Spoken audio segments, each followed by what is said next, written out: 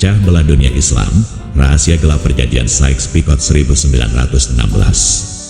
Pernahkah kamu bertanya, kenapa dunia Islam yang dulu terbentang megah dari Istanbul hingga Yaman, dari Palestina sampai Baghdad, kini tercerai-berai jadi potongan-potongan negara yang saling curiga, bahkan saling tembak? Apa mungkin semua ini hanya kebetulan sejarah, atau ada tangan-tangan tak terlihat yang merancang peta kehancuran umat ini sejak seabad yang lalu? Dua orang, satu dari Inggris, satu dari Prancis, bertemu diam-diam di balik meja marmer sambil menggambar ulang dunia Islam dengan tinta penjajahan. Inilah kisah gelap yang hampir terlupakan, kisah yang tak diajarkan di sekolah, tapi membentuk dunia kita hingga hari ini. Sebuah kisah kelam yang menjadi akar banyak konflik modern di dunia Islam, mulai dari Palestina, Suriah, Irak, hingga Lebanon dan Yordania.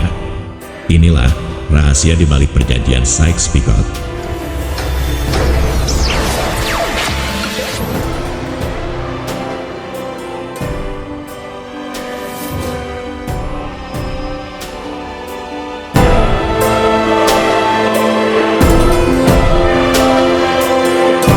Dunia Islam sebelum Perang Dunia I. Bayangkan, lebih dari 100 tahun yang lalu, dunia Islam bukanlah mozaik negara-negara kecil yang saling berebut pengaruh.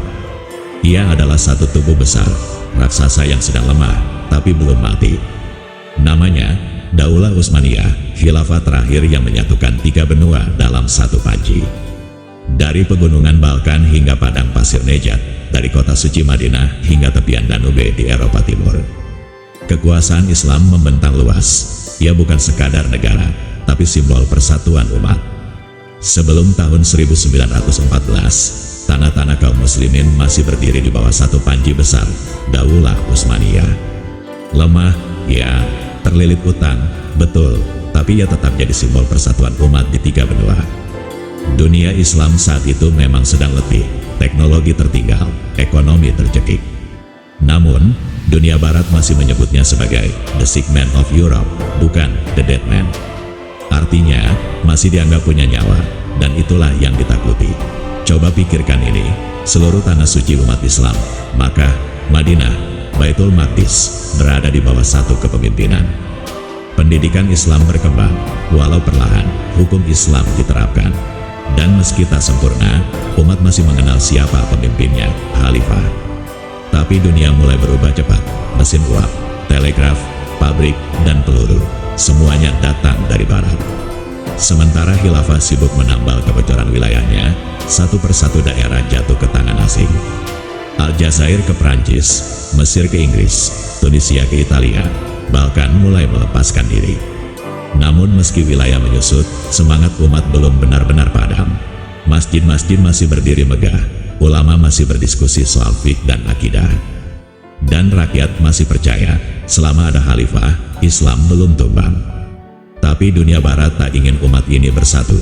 Mereka tak ingin ada satu kekuatan besar yang menyatukan manusia atas nama tauhid, bukan nasionalisme. Maka mereka merancang, mereka menyusup, mereka menunggu waktu yang tepat untuk menusuk dari belakang.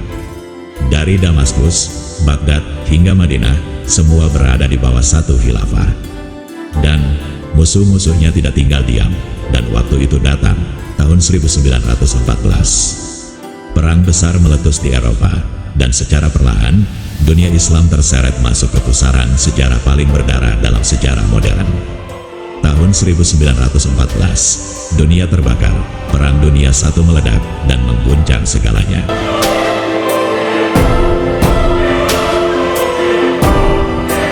Namun saat awal peluru pertama ditembakkan, khilafah Utsmaniyah belum ikut campur, masih mencoba netral, menjaga jarak dari dua kutub besar, blok sekutu dan blok sentral.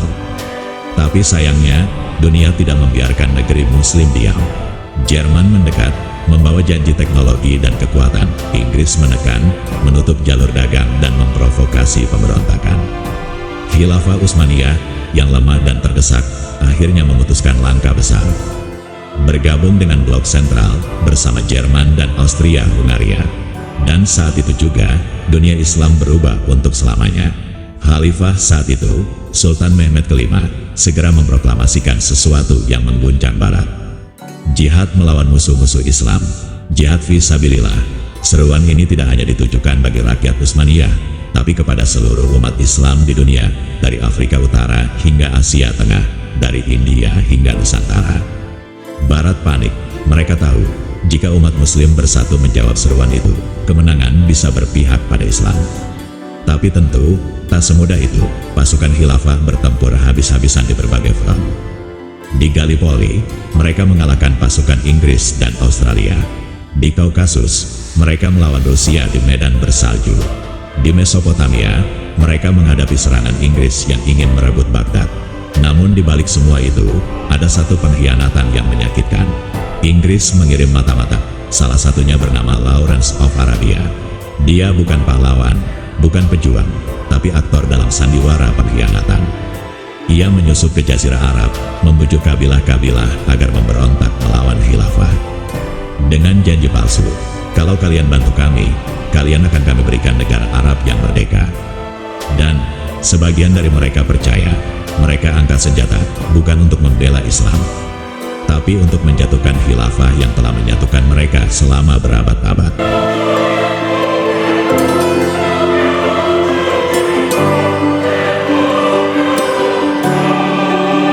Perang Dunia I berakhir pada tahun 1918. Khilafah kalah. Wilayahnya dibagi-bagi. Musuh tak hanya menang secara militer, mereka menang secara politik, budaya, dan strategi.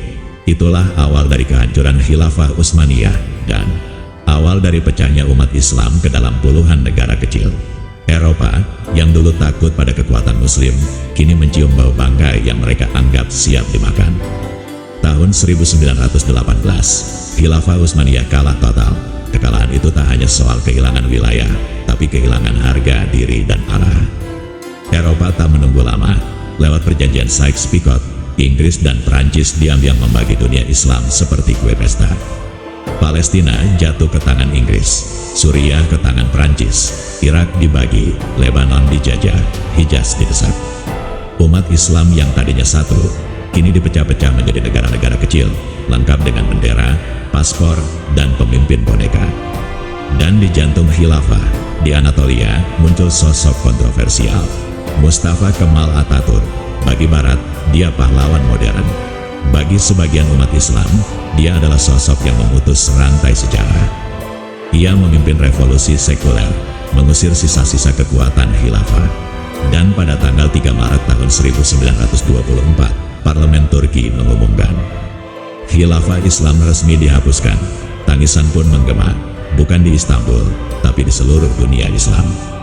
Di Mesir, para ulama menangis di mimbar. Di India, para cendekiawan seperti Muhammad Ali Jauhar menulis dengan darah. Di Hijaz, para peziarah mendapati Mekah tak lagi dalam lindungan khilafah. Di Nusantara, para ulama seperti Haji Agus Salim dan Hos Cokroaminoto menyatakan duka dan kegelisahan. Bayangkan, lebih dari 1300 tahun lamanya, umat Islam memiliki satu pemimpin, meski silih berganti. Kini, semuanya sirna, dan sejak saat itu, dunia Islam kehilangan kompas. Negara-negara baru lahir, tapi saling curiga, identitas diganti dengan nasionalisme sempit. Islam dijauhkan dari pemerintahan, dianggap masa lalu. Dan umat yang dulu bersatu di bawah satu panji, kini sibuk berdebat soal bendera dan batas negara. Namun sejarah belum selesai. Dari puing-puing kehancuran itu, tumbuh kesadaran baru. Umat mulai bertanya, siapa kita, dari mana kita berasal, dan kemana arah kita. Namun, tahukah kamu bahwa peta yang kita kenal hari ini, negara-negara yang saling berkonflik di Timur Tengah, bukanlah warisan umat Islam, tapi buah dari perjanjian rahasia dua mata-mata Eropa yang diam-diam membagi warisan umat seolah tanah warisan leluhur mereka. Inilah kisah perjanjian Sykes-Picot. Ketika peluru terakhir Perang Dunia I mereda, senjatanya berhenti. Tapi lukanya tak pernah benar-benar sembuh. Perjanjian yang dibentuk pasca perang, seperti Sykes-Picot dan perjanjian Versailles, menciptakan peta baru dunia Islam, tapi bukan peta untuk perdamaian, melainkan peta konflik, peta kepentingan, peta yang menanam benih permusuhan. Palestina dijadikan hadiah, bukan untuk rakyatnya, tapi untuk agenda besar, pembentukan negara Israel. Dan itulah awal mula konflik Palestina-Israel, yang hingga kini masih menjadi luka terbuka terbesar umat Islam. Wilayah Syam dibelah, Suriah ke Prancis, Yordania ke Inggris. Mesir menjadi merdeka dengan syarat tak boleh punya militer kuat. Dan Irak jadi ajang eksploitasi minyak dan kudeta silih berganti. Di tengah-tengah semua itu, umat Islam tak diberi kesempatan menentukan nasib sendiri. Setiap kali ada upaya bangkit, selalu muncul satu skenario: intervensi, blokade, atau perang saudara. Apa kamu tahu kenapa Timur Tengah tak pernah tenang? Karena stabilitas bukan tujuan. Yang diinginkan adalah kontrol, kendali atas minyak, jalur laut, dan geopolitik Islam.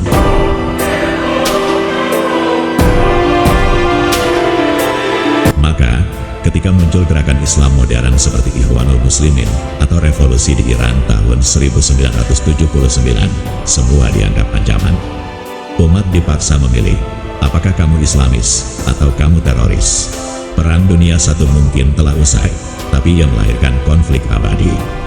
Invasi ke Irak 2003 lahir dari warisan perbatasan buatan kolonial. Perang Suriah buntut dari rezim-rezim boneka pasca kolonial.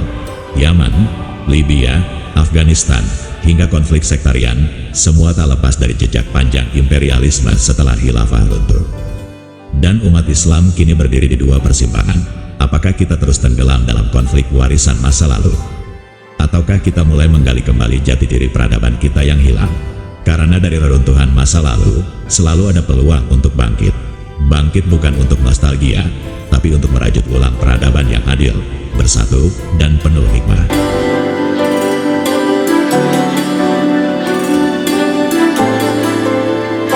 Lalu apa itu Sykes-Picot?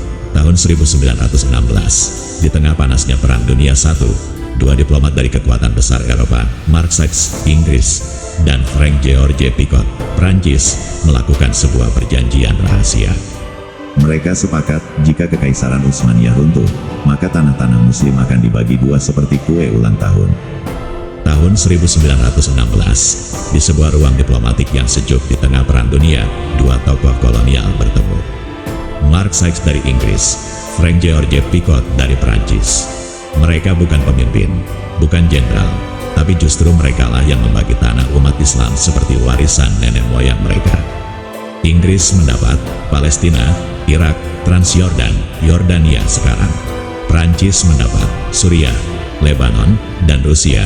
Sempat dijanjikan bagian juga, tapi revolusi Bolshevik membatalkan ambisinya. Ironisnya, dunia Islam kala itu sedang berharap pada janji palsu Inggris yang lainnya. Kalau bangsa Arab membantu melawan Turki Utsmani, kalian akan kami bantu mendirikan negara Arab merdeka. Janji ini disebut McMahon-Hussein Correspondence, dan ternyata hanyalah permainan kata yang tak pernah ditepati. Sykes dan Picot tak pernah peduli soal sejarah umat, bahasa, atau keutuhan Islam. Mereka hanya melihat minyak, jalur dagang, dan kepentingan kolonial. Hasilnya, Palestina terpecah, lalu dijanjikan ke Zionis lewat deklarasi Balfour 1917. Suriah dibagi dan dijajah Prancis, padahal sebelumnya diproklamasikan sebagai kerajaan Arab. Irak disatukan secara paksa, meski terdiri dari berbagai suku dan mazhab yang kemudian sering berkonflik. Dampaknya hari ini, apa yang terjadi hari ini di Palestina, apa yang terjadi di Suriah, Irak, bahkan Lebanon dan Kurdistan. Semua itu tak lepas dari bom waktu yang ditanam dalam perjanjian Sykes-Picot.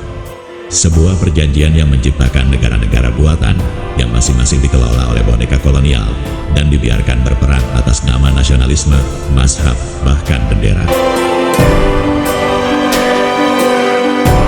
Sahabat sejarah, bagaimana mungkin dunia Islam bisa kembali bersatu jika batas negara dan identitas kita dibentuk oleh musuh kita sendiri? Perjanjian Sykes-Picot telah membelah tubuh umat, tapi jangan biarkan ia membelah hati kita. Saatnya belajar dari sejarah dan tidak mengulang kesalahan yang sama.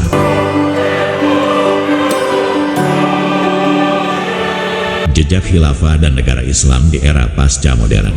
Ketika khilafah Utsmaniyah runtuh tahun 1924, bukan hanya satu sistem pemerintahan yang gugur. Yang ikut tumbang adalah semangat kesatuan umat, sebuah poros tunggal yang menyatukan lebih dari 50 bangsa di bawah satu panji, La ilaha illallah. Namun, sejarah tidak pernah sepenuhnya berhenti. Api itu memang diredam, tapi baranya tetap menyala. Di era pasca modern, abad ke-20 dan ke-21, dunia Islam mulai menunjukkan tanda-tanda kebangkitan. Bukan dengan pedang, tapi lewat kesadaran, ilmu, ekonomi, dan politik identitas. Negara-negara mayoritas Muslim mencoba menemukan rumus sendiri. Bagaimana menata negara modern tanpa menghilangkan Islam dari akarnya. Pakistan misalnya, lahir dengan semangat sebagai negara untuk umat Islam, bukan teokrasi murni, tapi simbol kuat bahwa Islam bisa jadi fondasi kebangsaan. Konstitusinya menyebut Al-Quran sebagai pedoman hukum. Lalu Iran, 1979, melalui revolusi Syiah, membalikan kekuasaan sekuler dan menegaskan wilayah Al-Faqih, kepemimpinan ulama. Berbeda dari Sunni, tapi tetap dalam kerangka negara Islam. Di Indonesia, Pancasila menjadi fondasi kebangsaan, tapi umat Islam di negeri ini tak tinggal diam. Berdirinya partai-partai Islam, pesantren modern, dan dakwah digital adalah bentuk nyata bahwa Islam masih hidup dan terus mencari ruang. Malaysia, Turki, di era awal Erdogan, Sudan, dan Afghanistan juga pernah menjadi panggung eksperimen politik Islam modern. Namun, ada satu pertanyaan abadi, bisakah umat Islam menyatukan kekuatan dalam satu bentuk kesatuan seperti zaman khilafah dulu? Jawabannya, masih penuh dinamika. Setiap usaha selalu berhadapan dengan nasionalisme, geopolitik, dan stigma radikalisme. Gagasan khilafah sering dicampur adukan dengan ekstremisme. Padahal, sejarah membuktikan khilafah bukan terorisme, tapi sistem pemerintahan yang punya tatanan hukum dan visi global. Hari ini, meski belum ada satu pemimpin untuk seluruh umat, ada jaringan kesadaran yang tumbuh. Dari Istanbul ke Jakarta, dari Kairo ke London, dari Gaza hingga Aceh, kaum muslim mulai kembali pada jati diri peradaban. Mereka bicara tentang ekonomi syariah, teknologi halal, politik etik Islam, dan persatuan lintas batas. Jejak khilafah mungkin tak lagi terlihat di peta dunia, tapi ia hadir dalam hati, wacana, dan mimpi banyak umat. Dan selama masih ada yang mengingat, selama masih ada yang belajar, maka cahaya itu belum padam.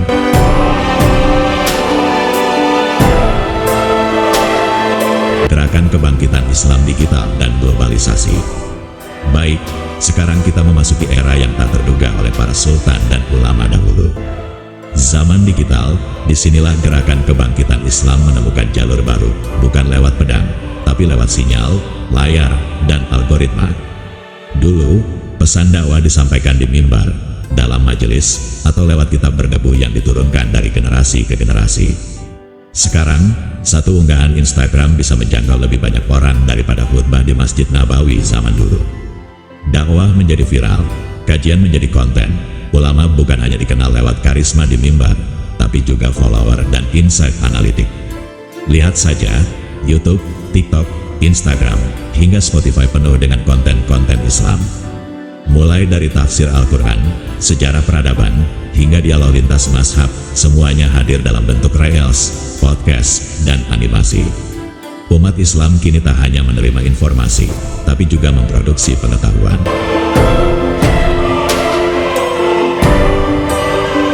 Ada platform belajar Islam online, aplikasi hafalan Quran, game sejarah Islam. Dan jangan lupa, startup fintech syariah tumbuh pesat dari Timur Tengah sampai Asia Tenggara. Inilah kebangkitan Islam di era globalisasi, bukan lewat ekspansi wilayah, tapi lewat ekspansi pemikiran.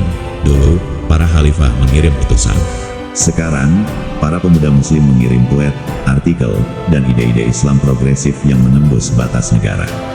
Tapi tantangannya juga tak kalah besar. Era digital membuat semua terbuka. Ide-ide liberal, materialis, bahkan Islamofobia bisa masuk ke ruang pikir siapa saja. Dan disinilah peran umat menjadi krusial. Apakah kita sekadar jadi penonton? Atau jadi pejuang narasi? Kebangkitan Islam hari ini bukan tentang kembali ke masa lalu, tapi tentang bagaimana mewarisi semangat peradaban dengan cara baru. Kita tidak perlu kembali hidup seperti abad ke-7, tapi kita bisa hidup dengan visi seperti Rasulullah, menebar rahmat, keadilan, dan ilmu. Ini bukan revolusi senjata, tapi revolusi pikiran. Dan kamu, yang sekarang sedang menyimak ini, bisa menjadi bagian dari arsitek kebangkitan Islam digital. Bukan nanti, tapi mulai dari sekarang, era era digital dan kebangkitan Islam kontemporer, dengan akar sejarah yang getir, Perjanjian Sykes-Picot. Bayangkan ini, tahun 1916, Perang Dunia I masih berkecamuk. Tapi di balik meja-meja rahasia di London dan Paris, dua negara, Inggris dan Prancis, mengatur dunia pasca Ottoman seperti memotong kue. Namanya, Perjanjian Sykes-Picot. Mereka membagi-bagi tanah umat Islam, Irak ke Inggris, Suriah ke Prancis, Palestina ditunda dulu, sambil lihat situasi. Katanya, itulah awal terpecah belahnya wilayah-wilayah Islam secara sistematis. Bukan hanya tanah yang dibagi, tapi juga identitas, bahasa, bendera, dan loyalitas. Dari satu khilafah menjadi puluhan negara, dari satu umat menjadi banyak kelompok nasionalisme kecil. Dan warisan Sykes-Picot ini masih terasa hingga hari ini. Konflik Suriah, krisis Palestina, kegoyahan Irak, fragmentasi di Lebanon, dan ketegangan Sunni Syiah. Semuanya adalah buah pahit dari garis-garis kolonial yang tak pernah sesuai dengan akar sejarah Islam. Tapi, zaman telah berubah. Kalau dulu batas negara memisahkan umat, hari ini, dunia digital menyatukan kembali pemikiran. Anak muda dari Mesir bisa belajar bersama pemuda dari Aceh. Dai dari Yordania bisa berdiskusi dengan penulis Muslim di Prancis, semuanya dalam ruang yang sama, internet. Inilah korelasi pentingnya, Perjanjian Sykes-Picot memisahkan kita secara geografis. Tapi era digital membuka kembali jalur ukhuwah pemikiran. Yang dulunya terkotak, sekarang bisa bersatu dalam visi yang lebih besar. Bukan untuk menghapus negara, tapi untuk menghidupkan kembali kesadaran umat sebagai satu tubuh. Kini saatnya membalik sejarah, bukan dengan mengulang masa lalu, tapi dengan memahami luka lama untuk membangun masa depan. Kita bukan generasi yang kalah, kita adalah generasi penyambung peradaban. Dan selama Islam masih hidup dalam ilmu, kreativitas, dan solidaritas lintas batas, maka Sykes-Picot hanyalah catatan kelam, bukan takdir yang mengikat selamanya.